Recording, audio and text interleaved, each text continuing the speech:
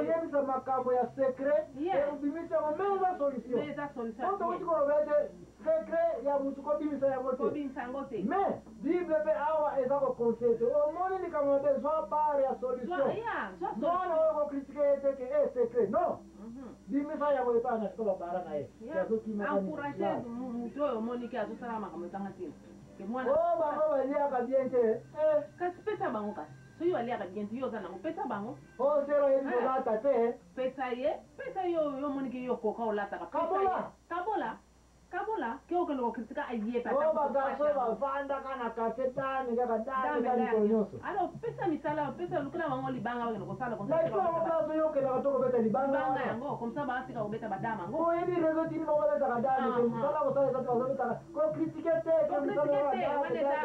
songi bango so beta kadame yo beta kadame to kala ka wati wana kena na libanga mo ke pa libanga bazoko luka batu ya ka peye mso ba masa ko sa bango ba ya bazu musala ko sala ko beta badama ba ebe ko benda yo de mo to zolo bake bimala ni tala solution ni tala solution na nini na société ça fait na salaire c'est on a un salaire bon ça m'a yé kaza zoba na classe aidez-moi na ba classe comme ça azo ma yé les suppose bon ça va devoir ensemble vous ça va devoir ensemble aidez-moi na point faible na sur les mathématiques aider la mathématique pesa esekele aye batina mathématique yango bikomo mutu abasanga mutu abadiamba mutu amasumu pesa teya ye comme ça masumu alonga na masumu ekobo oyeke osalaka nini ke okenda kopublie yango partout songi okomi songere mpona nini yo mutu oyebiki mpe yo mama mbikuli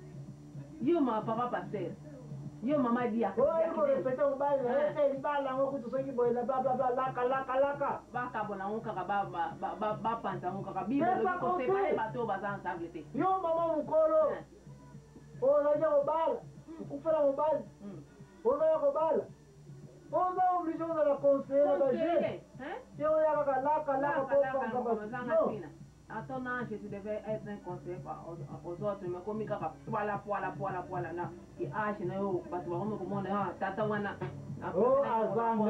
conseil à jeune fille, qui nous a conseillé à maman, comment profiter ça pour chicoter, azanga, yo aussi aux ânes, ma richesse, que nous peut essayer.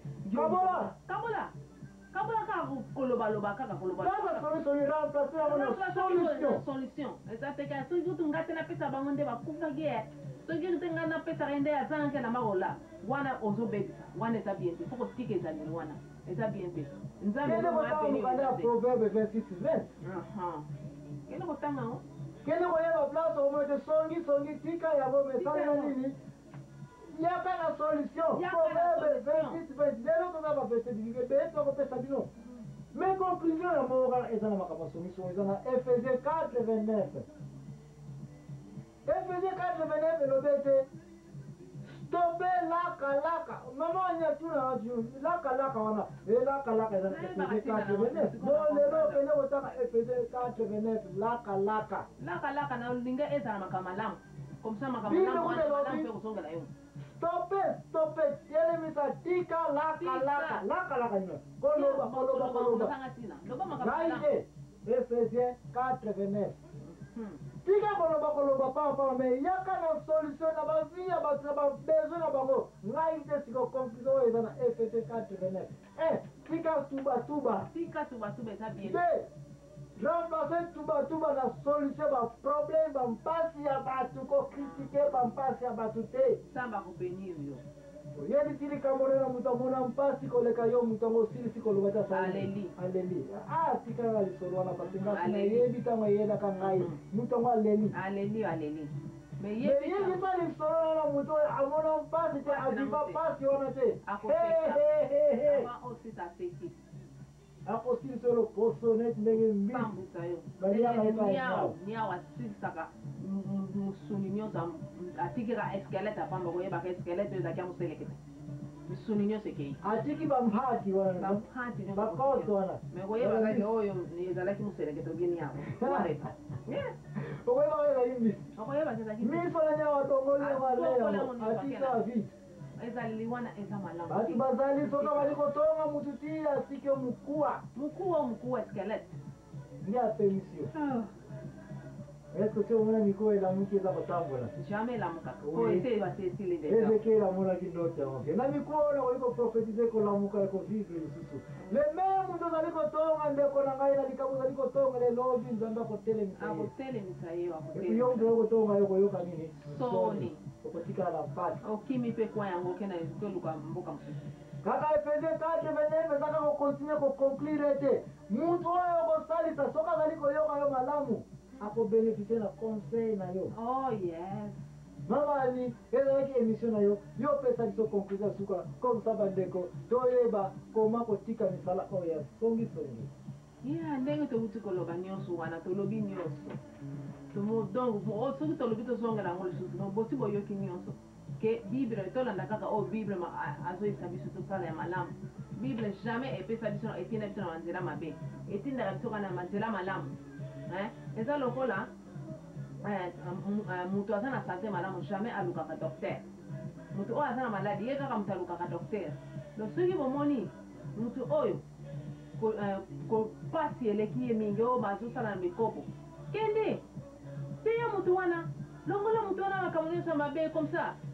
Jésus ayaki awa mpona bato oyo ya bato oyo ya malamu te ye moko alobi yango na soki na Matthieu alobi yango bien ke aye awa mpona bato malamu te aye awa mpona bato oyo ye moko alobi ke bosi bomona mutu aza na sante malamu akende koluka docteur donc eliwe na yo mama mondimi zala solutionnaire. Of course, zala exemplaire pe. Zala mutu ba solution.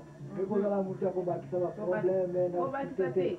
Na ba église te, na ba foyer ba tete, na ba ndako na sote. Merci mama ani émission na sepe na ona ebete ozana nyongo na ngai ya makambo les hommes. Pona bino ko sala ka ba studio na bino o etalika ba mama ka ba mama ya lelo ba makambo ko sali etalika ba mama. Merci mingi ba mama. Ndenge bo invité biso na poko lelo pona ko yesa so ka masongi so meto moni ete ba mama ka te ba mona misala ya songi songi ba jene pe njana pe ena ye masumu elo mavanga ma misala ya bana pe to iko ye ba ite ba na songi songi pe bana bakabola ba para pe bazali of course yango wana batata pe budiki te ona bibi waliweka baveve batu bamona hii misala ya songi songi na mukanda ya Efesia ya Paul ya Timote te na batata pe songi songi pe ezali tanto za koparticipe na koyoka kama kamo ya batu na kopanza ba secret ezali ja esprit ya songi songi nzambe apambola bino ndeto kutani susu na prochaine émission kati na studio ya biso batata ubie ba mama ubie nini tokosala toyebi te nzambe apambola bino. Alléluia. Amen. Au revoir. Au revoir. Samba Pambola.